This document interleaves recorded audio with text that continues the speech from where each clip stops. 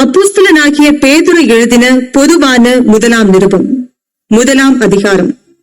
இயேசு கிறிஸ்துவின் அப்போஸ்தலனாகிய பேதுரு பொந்து, கலாத்தியா, கப்பத்தோக்கியா, ஆசியா, பித்தினியா தேசங்களிலே சிதறி இருக்கிறவர்களில் பிதாவாகிய தேவனுடைய முன்னறிவின்படியே ஆவியானவரின் பரிசுத்தமாக்குதலினாலே கீழ்ப்படிதலுக்கும் இயேசு கிறிஸ்துவினுடைய இரத்தம் தெளிக்கப்படுதலுக்கும் தெரிந்து கொள்ளப்பட்ட பரதேசிகளுக்கு எழுதுகிறதாவது, கிருபையும் சமாதானமும் உங்களுக்கு பெருக கடவது.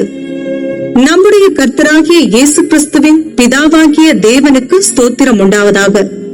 அவர் இயேசு கிறிஸ்து மரித்தோரிலிருந்து எழுந்ததினாலே அழியாததும் மாசற்றதும் வாடாததுமாகிய சுதந்திரத்திற்கேதுவாக ஜீவனுள்ள நம்பிக்கை உண்டாகும்படி தமது மிகுந்த இரக்கத்தின்படியே நம்மை மறுபடியும் ஜெனிப்பித்தார். கடைசி காலத்திலே வெளிப்பட ஆயத்தமாக்கப்பட்டிருக்கிற ரட்சிப்புக்கு ஏதுவாக விசுவாசத்தை கொண்டு தேவனுடைய பலத்தினாலே காக்கப்பட்டிருக்கிற உங்களுக்கு அந்த சுதந்திரம் பரலோகத்தில் வைக்கப்பட்டிருக்கிறது. இதிலே நீங்கள் மிகவும் சந்தோஷப்படுகிறீர்கள். என்றாலும் துன்பப்பட வேண்டியது அவசியமானதால் இப்பொழுது கொஞ்ச காலம் பலவிதமான சோதனைகளினாலே துக்கப்படுகிறீர்கள். அழிந்து போகிற பொன் அக்கினியினாலே சோதிக்கப்படும்.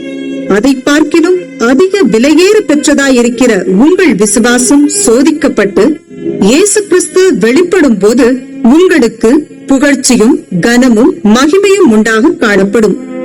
அவரை நீங்கள் காணாமல் இருந்தும் அவரிடத்தில் அன்பு கூறுகிறீர்கள். இப்பொழுது அவரை தரிசியாமல் இருந்தும் அவரிடத்தில் விசுவாசம் வைத்து சொல்லி முடியாததும் மகிமையால் நிறைந்ததுமாயிருக்கிற சந்தோஷமுள்ளவர்களாய் களி கூர்ந்து உங்கள் விசுவாசத்தின் பலனாகிய ஆத்தும ரட்சிப்பை அடைகிறீர்கள். உங்களுக்கு உண்டான கிருபையை குறித்து தீர்க்க தரிசனம் சொன்ன தீர்க்கதரிசிகள் இந்த ரட்சிப்பை குறித்து கருத்தாய் ஆராய்ந்து பரிசோதனை பண்ணினார்கள். தங்களிலுள்ள கிறிஸ்துவின் ஆவியானவர் கிறிஸ்துவுக்கு உண்டாகும் பாடுகளையும் அவைகளுக்கு பின்வரும் மகிமைகளையும் முன் அறிவித்த போது இன்ன காலத்தை குறித்தார் என்பதையும் அந்த காலத்தின் விசேஷம் இன்னதென்பதையும் ஆராய்ந்தார்கள். தங்கள் நிமித்தம் அல்ல, நமது நிமித்தமே இவைகளை தெரிவித்தார்கள் என்று அவர்களுக்கு வெளியாக்கப்பட்டது.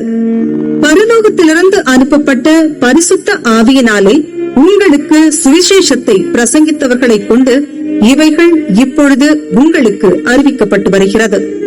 இவைகளை உற்று பார்க்க தேவதூதரும் ஆசையாயிருக்கிறார்கள். ஆகையால் நீங்கள் உங்கள் மனதின் அறையை கட்டிக்கொண்டு தெளிந்த புத்தி உள்ளவர்களாயிருந்து இயேசு கிறிஸ்து வெளிப்படும் போது உங்களுக்கு அளிக்கப்படும் கிருபையின் மேல் பூரண நம்பிக்கை உள்ளவர்களாயிருங்கள். நீங்கள் முன்னே உங்கள் அறியாமையினாலே கொண்டிருந்த இச்சைகளின்படி இனி நடவாமல் கீழ்ப்படுகிற பிள்ளைகளாயிருந்து உங்களை அழைத்தவர் பரிசுத்தராய் இருக்கிறது போல நீங்களும் உங்கள் நடக்கைகள் எல்லாவற்றிலேயும் பரிசுத்தராயிருங்கள். நான் பரிசுத்தர், ஆகையால் நீங்களும் பரிசுத்தராயிருங்கள் என்று எழுதியிருக்கிறதே. அன்றியும் பட்சபாதம் இல்லாமல் அவனவனுடைய கிரியைகளின்படி நியாயம் தீர்க்கிறவரை நீங்கள் பிதாவாக தொழுது கொண்டு வருகிறபடியால் இங்கே பரதேசிகளாய் சஞ்சரிக்கும் அளவும் பயத்துடனே நடந்து கொள்ளுங்கள். உங்கள் முன்னோர்களால் பாரம்பரியமாய் நீங்கள் அனுசரித்து வந்த வீணான நடத்தையை நின்று அழிவுள்ள வஸ்துக்களாகிய வெள்ளியினாலும் பொன்னினாலும் மீட்கப்படாமல் குற்றமில்லாத மாசற்ற ஆட்டுக்குட்டியாகிய கிறிஸ்துவின் விலையேற பெற்ற இரத்தத்தினாலே மீட்கப்பட்டீர்கள் என்று அறிந்திருக்கிறீர்களே. அவர் உலக தோற்றத்திற்கு முன்னே குறிக்கப்பட்டவராயிருந்து தமது மூலமாய் தேவன் மேல் விசுவாசமாய் இருக்கிற உங்களுக்காக இந்த கடைசி காலங்களில் வெளிப்பட்டார். உங்கள் விசுவாசமும் நம்பிக்கையும் தேவன் மேல் இருக்கும்படி அவரை மரித்தோரிலிருந்து எழுப்பி அவருக்கு மகிமையை கொடுத்தார். ஆகையால் நீங்கள் மாயமற்ற சகோதர சிநேகமுள்ளவர்களாகும்படி ஆவியினாலே சத்தியத்திற்கு கீழ்ப்படிந்து உங்கள் ஆத்துமாக்களை சுத்தமாக்கிக் கொண்டவர்களாய் இருக்கிறபடியால் சுத்த இருதயத்தோடே ஒருவரிலொருவர் ஊக்கமாய் அன்பு கூறுங்கள்.